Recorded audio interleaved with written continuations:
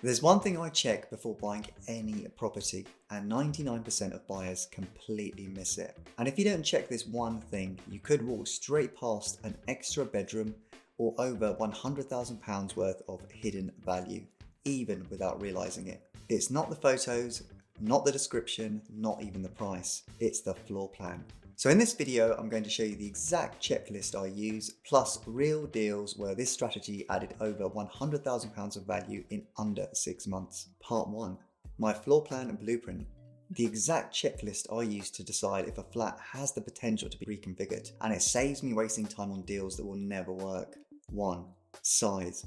The whole flat must be at least 45 square meters. Anything smaller and you simply don't have enough flexibility to add another bedroom without compromising the layout or the value. Kitchen, ideally 8 square meters or more. This is important because when you convert the kitchen into a bedroom, the space needs to be large enough for a double bed, bedside table and a wardrobe.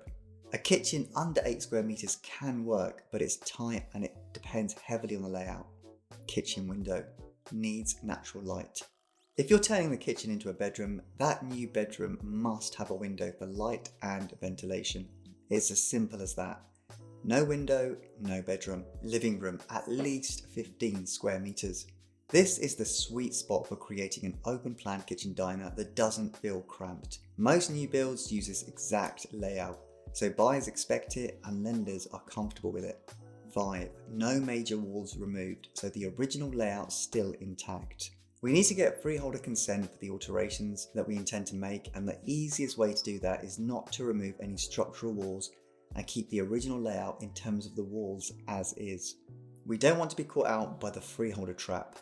6. Pipework proximity. Kitchen or bathroom on the same side as the new kitchen. If the existing kitchen or bathroom is on the same side of the flat, you can run water and waste easily. Using these 6 checks, I can tell within a minute whether a flat that's currently a 1 bedroom or a 2 bedroom can become a 2 or even 3 bedroom apartment. And honestly, most investors never look at any of this. Part 2. Why floor plans matter. Most people skim the floor plan, but I treat it like a goldmine because it tells me everything I need to know before I even book a viewing. A floor plan shows me things that photos never will, like room sizes and the true layout, not wide-angled lens tricks. Where the walls actually are and what can or can't be moved. Where the pipework sits, this is crucial for moving the kitchen. Where the windows are so you can create bedrooms. How circulation works, whether the space actually flows. This is why the floor plan is always the first thing I check. Before I look at the photos, before I look at the description, and before I look at the price. Because a good floor plan tells me within seconds if the property is even worth viewing. And once you know how to read it properly, the opportunities jump out to you.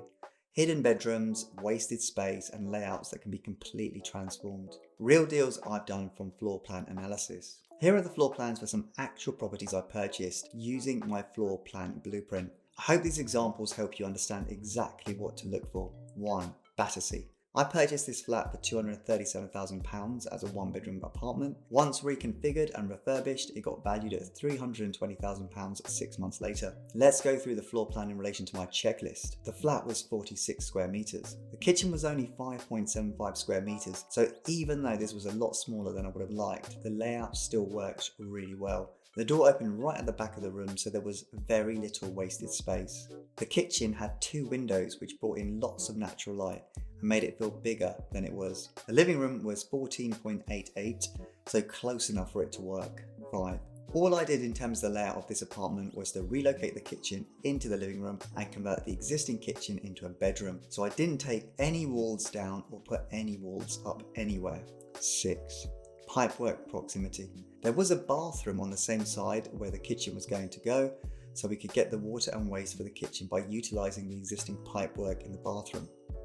I purchased this flat for £330,000 as a 1-bedroom apartment, and once reconfigured and refurbished, it got valued at £450,000 6 months later. Let's apply the checklist I created to this floor plan. The flat was 55 square meters, the kitchen was 9.97 square meters, the kitchen had a window, the living room was 16.77 square meters, no walls were removed or put up. The kitchen was moved into the living room along the back wall. I utilised the pipework from the existing kitchen by drilling into the room next door. Vauxhall. I purchased this flat for £290,000 as a one-bedroom apartment, and once reconfigured and refurbished, it got valued at £390,000 6 months later. Let's apply the checklist I created to this floor plan. The flat was 46.8 square meters, the kitchen was 8.1 square meters, the kitchen had a window, the living room was 14.04 square meters, no walls were removed or put up, the kitchen was moved into the living room along the back wall. I utilised the pipework from the existing kitchen by drilling into the room next door. I added an ensuite into the main bedroom as it was big enough. It was 10.26 square meters, and this had a really big recessed area. I could also drill through into the next room to utilise the water and waste pipework. Brixton. I purchased this flat for £240,000 as a one-bedroom apartment, and once reconfigured and refurbished, it got valued at £320,000 6 months later. So let's see what the floor plan looked like on this purchase. The flat was 47.98 square meters. The kitchen was 7.8 square meters. The kitchen had a window. The living room was 17.83 square meters. No walls were removed or put up. The kitchen was moved into the living room along the back wall. I used the door for the cupboard on the right hand side of the living room door as the new entrance to the kitchen. The wall between the cupboard and the kitchen was stud, and I thought I could make the kitchen slightly bigger as well by utilising this space. The only other option would have been to create a corridor as you enter the living room, one door going into the open plan kitchen diner and the other door going into the bedroom. I didn't like this layout as it meant reducing the size of the living room by roughly the width of the room, so 3.41 meters by roughly 1 meter, so roughly 3.41 square meters. I added an ensuite into the main bedroom by incorporating the big cupboard in the main bedroom and used this space for the ensuite. Now on this Brixton flat, I actually made a mistake. I want to share it with you because it might save you a lot of money. Up until this point, I always used a standard bridging loan, did the refurbishment and then refinanced 6 months later onto a buy-to-let mortgage. But I had a lot of projects on the go at the same time and I wanted to do something that felt safer and more streamlined. So I tried a bridge-to-let product. In theory, these products sound great. The lender sends a surveyor out once, and during that inspection they give the lender two values. One is the value as it is today, and two is the anticipated value after the work. So basically what they think the finished 2-bedroom will be worth once the refurb is done. Because you get both numbers up front, you only pay for one valuation and one set of legals, and at the end of the refurb you're supposed to move straight onto the lender's buy-to-let mortgage product. But here's the big problem with it. The surveyor came out when it was a tired 1-bedroom flat, and on that day he also had to estimate what it would be worth as a refurbished 2-bed. Because he hadn't seen the finished product, and surveyors are always cautious, he gave it a GDV of £320,000 as a 2-bedroom apartment. The issue is that 2 beds in the area were selling for £375,000 and more, but because he was being careful and working off the floor plans and my schedule of works, he undervalued the future 2-bed. I gave him some examples of other projects I'd completed so he could take into account the finish, but it's never the same as the surveyor seeing the finished flat. And here's the catch that most people don't realise. When the refurb was finished, the surveyor did come back out, but only to check that I'd done the work to a mortgageable standard. He wasn't there to revalue it, he wasn't there to check the new comparables, and he wasn't there to update the GDV. He was simply there to tick a box and confirm that the project matched the original plan. And because the lender locks in the value the surveyor gives at the start, the refinance was based on the £320,000 number, not the true market value at the time. So even though the finished flat was worth more, I couldn't access that uplift at the refinance. That's why this was the first and last time I used a bridge-to-let product. In theory, it sounds brilliant, one valuation, one legal process, smooth exit. But the major flaw is that the surveyor is valuing something that doesn't exist yet.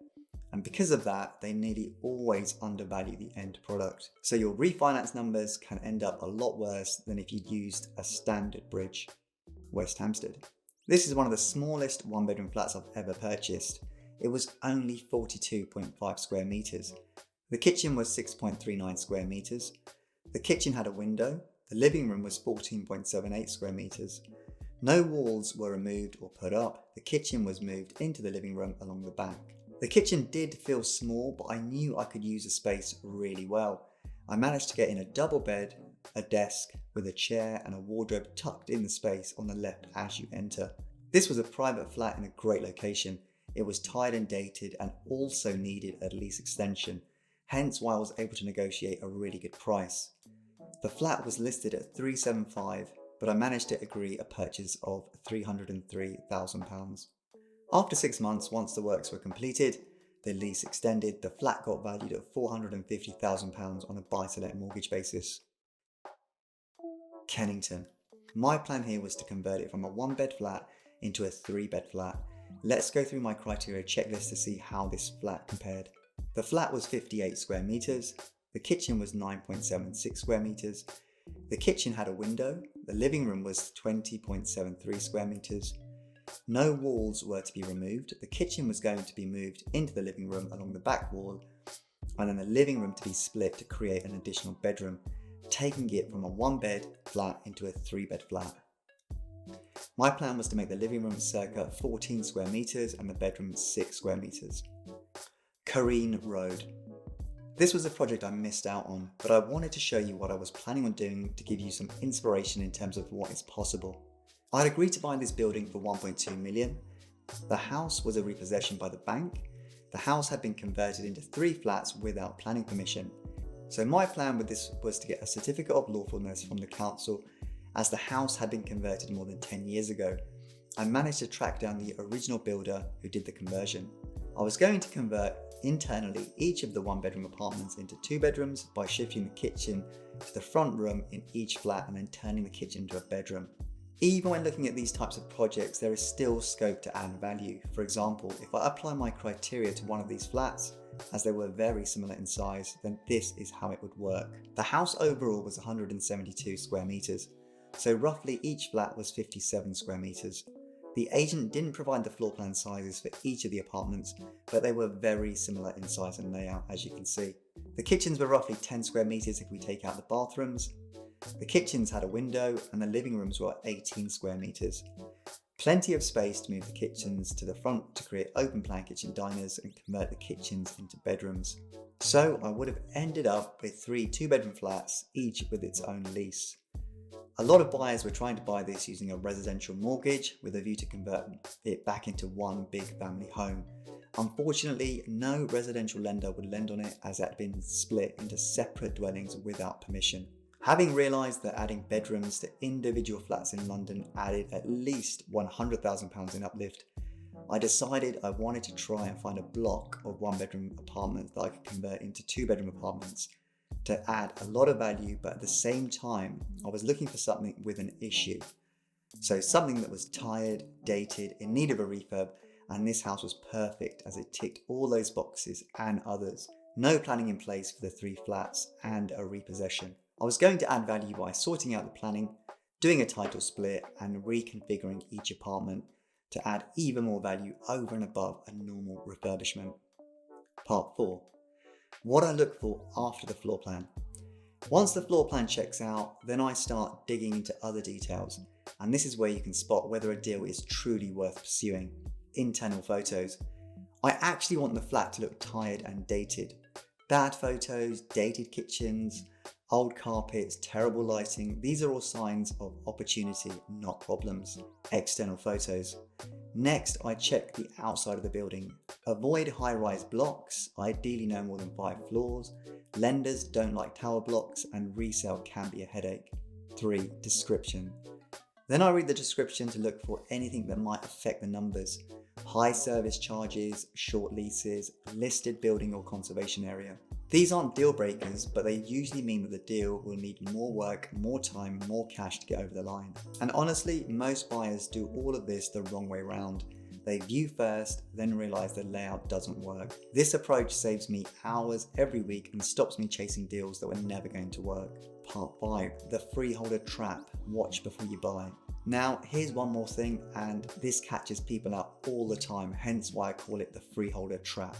Just because the floor plan works doesn't mean you can start reconfiguring the apartment straight away to add a bedroom. If the property is leasehold, you usually need consent from the freeholder to make internal changes. even when the changes are completely inside your flat and don't affect anyone else. And here's the trap. Some freeholders say yes and some say no. So in my next video, I'm going to show you exactly how to find out whether the freeholder will actually let you make these changes before you buy the property. Because that's the difference between this strategy working in real life or becoming a very costly mistake. So if you want to avoid the trap, make sure you watch my next video and hit that subscribe button so you don't miss it and get notified when it's released.